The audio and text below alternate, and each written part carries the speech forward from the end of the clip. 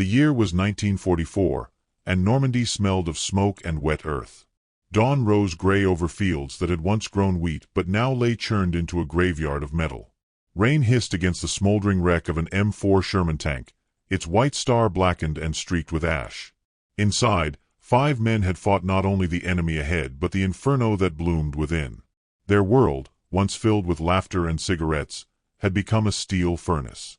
Hours earlier, that same tank had roared to life behind the hedgerows near St. Lo. The engine's growl mixed with the nervous chatter of the crew. Sergeant Miller, 30 and steady as the tank he commanded, sat half out of the turret, rain dripping from his helmet brim. Beside him in the cramped space below was the gunner, Harris, 19, baby-faced and still convinced the war would end before he turned 20. Loader Jenkins, broad-shouldered and perpetually chewing gum, handled each shell like a sacred object. At the front, driver Kowalski and his assistant Red kept the Sherman crawling forward through the mud, eyes squinting through periscopes slick with water and grime. The intercom crackled. Miller's voice was calm, a tether in chaos. "Keep tight, boys. We're the tip of the spear today." The radio picked up a faint burst of static, followed by command chatter. German armor had been spotted near a crossroads. The Shermans of Bravo Company advanced in a loose wedge, 5 machines grinding through the hedgerows, each man trusting the steel around him more than his own heartbeat. The smell inside was a mix of grease, canvas, and sweat. Every vibration of the track rattled their bones. The air was so hot it felt like breathing through cloth. Harris peered through his sight, scanning the tree line. "Nothing yet," he murmured. Jenkins tapped his shoulder and whispered, "Don't worry, kid. If they were there, they'd have hit us already." But Miller, perched above, wasn't convinced. The quiet had a weight to it, that kind of silence soldiers learned to fear. Then it came. A thunderclap without warning. The Tiger's 88mm round struck the lead Sherman 200 yards ahead. The explosion lit the sky orange, a fountain of fire swallowing the tank whole. The concussion rocked Miller's crew backward. Red cursed under his breath. "Christ almighty!" The burnt-out husk ahead belched smoke, and through the rising flames, the shadow of a German heavy tank flickered, barely visible but unmistakable. "Back! Reverse!" Miller barked, voice sharp through the intercom. Kowalski jammed the lever, gears grinding. Harris swung the gun around, heart hammering. The loader slammed a shell into the breech. Metal screamed as their own cannon fired, the recoil shaking the whole turret, but the shot went wide, vanishing into smoke. The Tiger answered. The second round punched through the hedgerow and struck the Sherman's side armor. Inside, everything became chaos. The shell tore through the right hull like paper. The shock wave tossed Harris against the gunner's sight. Sparks erupted from the floor. Fuel lines hissed. Jenkins shouted something, but the noise drowned him out. Miller's voice cracked through the static. "Bail out!" Just as another blast rocked them. The loader reached for the hatch, but it jammed halfway. Smoke thickened, oily and black, filling their lungs. Kowalski's hands burned as he grabbed at the controls. Through the haze, the glow of the fire turned the cramped space into a furnace. Red's sleeve caught fire. He beat at it frantically. For a heartbeat, Harris saw only color: orange, white, the dull silver of molten metal, and the echo of men gasping for air. Above them, Miller pulled himself halfway out of the turret, rain sizzling on the steel. He turned back, shouting for his men, but the smoke swallowed his words. Jenkins pushed Harris toward the hatch, his own face blistering from the heat. "Go!" he yelled, voice raw. Harris hesitated, eyes wide. He'd never left anyone behind. Jenkins shoved him again, and the boy climbed up, coughing, until cold rain hit his skin. He rolled off the side of the burning tank, hitting mud hard. The explosion that followed blew him backward, ears ringing, vision gone white. When it cleared, the Sherman was a single column of flame, shells inside cooking off one by one, each burst a dull thud that seemed to echo for miles. Harris lay still, unable to move, watching silhouettes flicker through the smoke, some crawling, some not. A medic's voice called distantly from behind the hedgerow, but Harris didn't answer. He stared instead at what was left of his world, the tank that had carried them through villages, rain, and laughter. Now it was a pyre. Somewhere behind him, another Sherman rumbled forward, its gun sweeping toward the tree-line. Through the ringing in his ears, Harris could still hear Miller's last words echoing through the headset, calm even in the storm. "Keep tight, boys. We're the tip of the spear."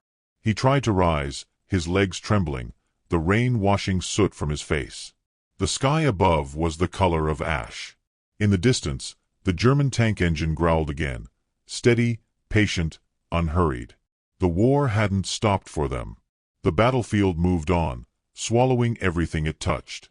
Harris stumbled toward the ditch, half blind, his hand bleeding where shrapnel had grazed him. He turned once more toward the burning Sherman. Its white star still glowed faintly through the flames, a ghostly mark against black steel. For the first time since the shell struck, the boy understood what every tank crewman already knew. Survival wasn't victory. It was just another order to keep breathing. The rain grew heavier, muting the sound of battle. Smoke curled into the low clouds, and the fields of Normandy blurred into gray. Somewhere beyond the hedgerows, more Shermans were moving forward, engines growling, tracks cutting new scars through the mud. Harris limped after them, alone now, carrying the echo of his crew in the headset still hanging from his neck. Behind him, the fire kept burning, defiant against the rain. A single torch in the storm, marking where the spear had broken, but the war had not. The world after a tank hit was strangely quiet. Smoke drifted low across the hedgerows, and the only sound was the soft crackle of cooling steel. Harris lay half buried in mud, the weight of his helmet pressing into his skull, his breath fogging in the damp morning air. Somewhere behind him, his Sherman still burned, a skeletal shape in the rain, hissing as water met fire. Every pop from the hull made him flinch. Inside, the shells were still cooking off one by one, each dull explosion a cruel reminder that his friends were still in there. He forced himself to crawl closer, though every instinct screamed to stay down. The air was thick with oil and cordite. It tasted like blood and metal. He called out, his voice cracking. "Miller! Jenkins!" Nothing answered but the whine of distant artillery. The heat drove him back. He stumbled, coughing, and fell into the ditch where medics were dragging another man from a half-collapsed tank. The soldier's face was gray, eyes unfocused, uniform burned to the threads. A medic pressed a hand to Harris's chest, muttering, "Stay down, kid. You're lucky to be breathing." Harris wanted to argue, to run back to the fire, but the words stuck. Lucky. That word echoed louder than the explosions. He had always imagined heroism as noise and victory, not silence and smoke. Now he understood the cruel arithmetic of survival. Hours later, the rain stopped, and the wrecks cooled enough for recovery teams to move in. The field was a graveyard of machines. Shermans, half sunk in mud, looked like wounded beasts left to die. Harris sat on an overturned ammo crate, a medic's blanket around his shoulders. His hands shook as he watched the engineers work. One by one, they pried open hatches, pulling out what the fire had left behind. No one spoke, even the birds stayed away. When they finally reached his tank, he rose unsteadily to his feet. A sergeant stopped him with a hand on the shoulder. "Don't," the man said softly. "You don't want to see that." But Harris had already seen enough to know he would never forget. Later that afternoon, the surviving crews were ordered to regroup near a farmhouse. Fresh tanks were being delivered, replacements, the quartermaster called them. As if men could be replaced as easily as machines.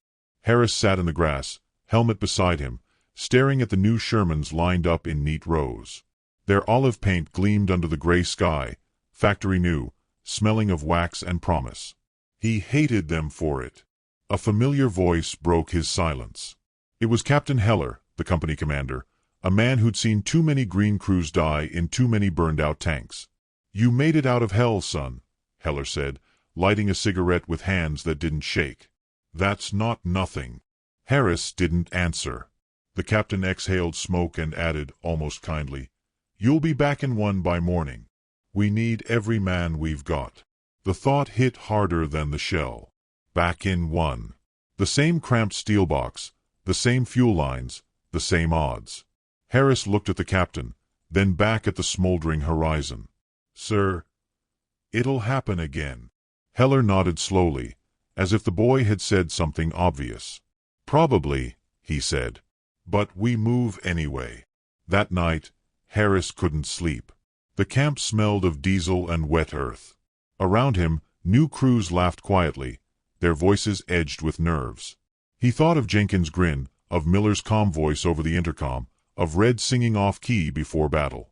The memories flickered like film reels, too bright, too short. He stared at the fresh tank parked nearby, its turret aimed toward the sky, and realized it wasn't courage that sent men back inside. It was duty mixed with something harder to name, a stubborn defiance, maybe even love. At dawn, the new tanks rolled out again. Harris climbed into his assigned Sherman, the metal still cold beneath his hands. His new crew waited, faces unfamiliar, voices uncertain. The gunner, a wiry Texan, looked at him and said, "Heard you survived one of those Tiger hits. That true?" Harris nodded once. "Then you're our good luck charm," the gunner said with a grin, but Harris didn't smile. There was no luck in it. Just a choice to keep moving when everything else burned. As the column started forward, he caught his reflection in the periscope glass, a face older than the day before, eyes ringed with soot and something heavier. Through the static of the radio, command chatter began again, calm and routine, as if the war were just another shift at a factory. But outside, the landscape told another story. Smoke still rose from the previous day's fight, curling into the gray sky like ghosts that refused to leave. The tank's engine roared to life, drowning his thoughts. The vibration beneath his boots felt familiar, almost comforting in its violence. As they rolled past the charred remains of his old Sherman, Harris turned his head, just enough to see the faint outline of the white star through the soot. For a heartbeat, it looked as if the fire still glowed inside, stubborn and alive. He closed his eyes, whispered something no one heard, and faced forward. The new crew didn't ask about the men before them. The war didn't wait for stories. It demanded replacements. The horizon flared once more with the sound of distant guns, and the tanks moved faster, their engines blending into a single relentless hum.